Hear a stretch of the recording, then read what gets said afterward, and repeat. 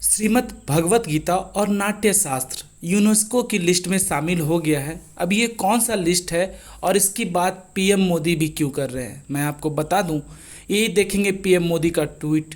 A proud moment for every Indian across the world, the inclusion of Gita and Natya Shastra in UNESCO's memory of the world register as a global recognition of our timeless wisdom and rich culture. The Gita and Natya Shastra have nurtured civilization and consciousness for centuries। यहाँ पे prime minister Narendra Modi बोल रहे हैं कि जो world across the world है, वो जो गीता और नाट्य शास्त्र का रिकॉग्निशन मिला है, तो इससे हमारे रिच कल्चर का पता चलता है, हमारे सिविलाइजेशन का पता चलता है और किस तरह हमारा जो रिच कल्चर है वो दूसरे लोगों को भी इन्फ्लुएंस करता रहता है। अब बात करें सर ये यूनेस्को में ऐड हुआ, आप बात कर क्या रहे, तो मैं उसके बारे में आपको बताता हूँ। भागवत गीता और नाट्य शास्त्र जो है ऐड कर दिया गया है यूनेस्को से memory of the world register. आप देखेंगे ये यूनेस्को का मेमोरी ऑफ वर्ल्ड रजिस्टर है। यहाँ पे आप देखेंगे भरत मुनि का मैन्युस्क्रिप्ट जो है नाट्य शास्त्र, साथ में मैन्युस्क्रिप्ट भागवत गीता, ये यूनेस्को का है वर्ल्ड का। आप देखेंगे ये रजिस्टर है, यहाँ पे आप देख सकते हैं। अगर मैं ऊपर जाऊँ स्क्रॉल को तो memory of the world register. अब बोलेंगे सर यूनेस्को का ये मेमोरी ऑफ वर्ल्ड रजिस्टर है क्या? देखिए हमारा साथ सिर्फ भारत में नहीं पूरे वर्ल्ड में ऐसा हुआ है कि बहुत सारे रिच कल्चर्स थे, वैसे बुक्स थे जो लिखे गए पास्ट में, लेकिन उसको अगर अभी आप ढूंढें तो आपको नहीं मिलेगा, वो कहीं खो गया, हम लोग के पास वो अब मौजूद नहीं है। तो यूनेस्को ने एक नया इनिशिएटिव शुरू किया था memory of the world register. उसमें ऐसे ऐसे लिटरेचर्स को वो ऐड करेंगे जो चाहते हैं कि वो हमेशा आगे वाले आने वाले पीढ़ी को इंस्पायर करे, उससे सीखे, और ये रहना चाहिए क्योंकि ये हमारे लिए बहुत ही ज़्यादा इम्पॉर्टेंट लिटरेचर है।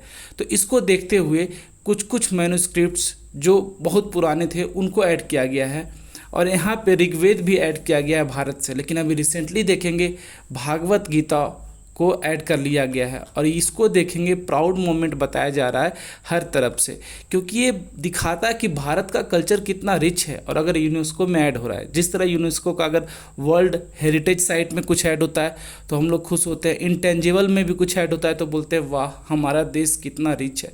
तो इसमें भी प्राउड होना चाहिए हम लोग को कि हम लोग का जो है अब कोई भी वैसा बुक है खोएगा नहीं, वैसा जाएगा नहीं। देखिए अब इसकी ज़रूरत क्यों पड़ी?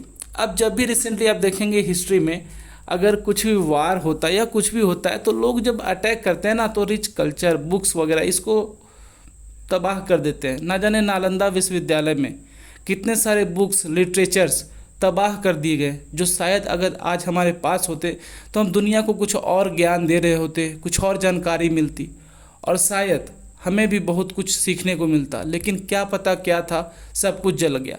तो ऐसे ही सिर्फ भारत में नहीं बहुत सारे ऐसे ऐसे देशों में हुआ है कि जो पुराने लिटरेचर्स हैं उनको कहीं खो सा दिया गया है। अब वो उन्हें पा नहीं सकते, मिल नहीं सकता, वो जानकारी नहीं प्राप्त कर सकते कि क्या लिखा गया था।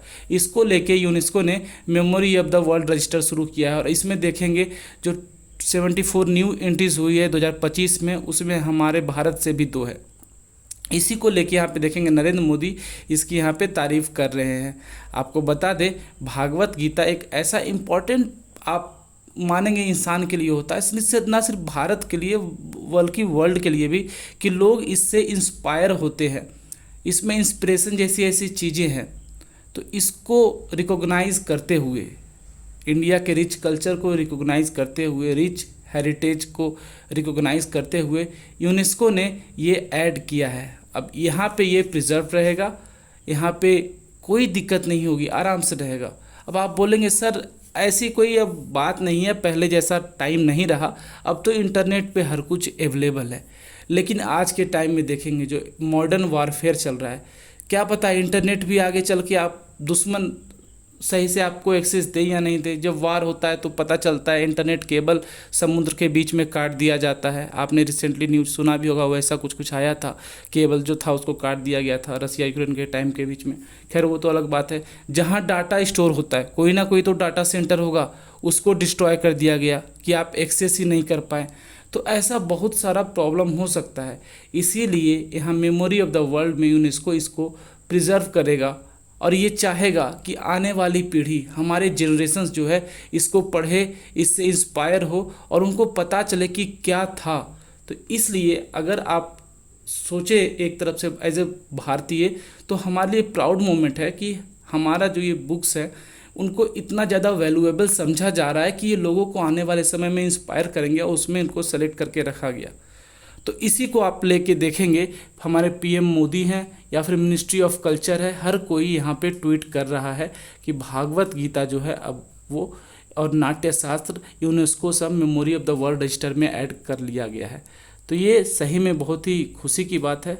उम्मीद करता हूँ आपको ये टॉपिक समझ में आया होगा कि प्राइम मिनिस्टर नरेंद्र मोदी क्यों इसको लेके ट्वीट कर रहे हैं, इसका मतलब क्या था। सब कुछ क्रिस्टल क्लियर हो गया होगा। मिलते हैं अगले वीडियो में, तब तक पढ़ते रहिए, खुश रहिए। जय हिंद।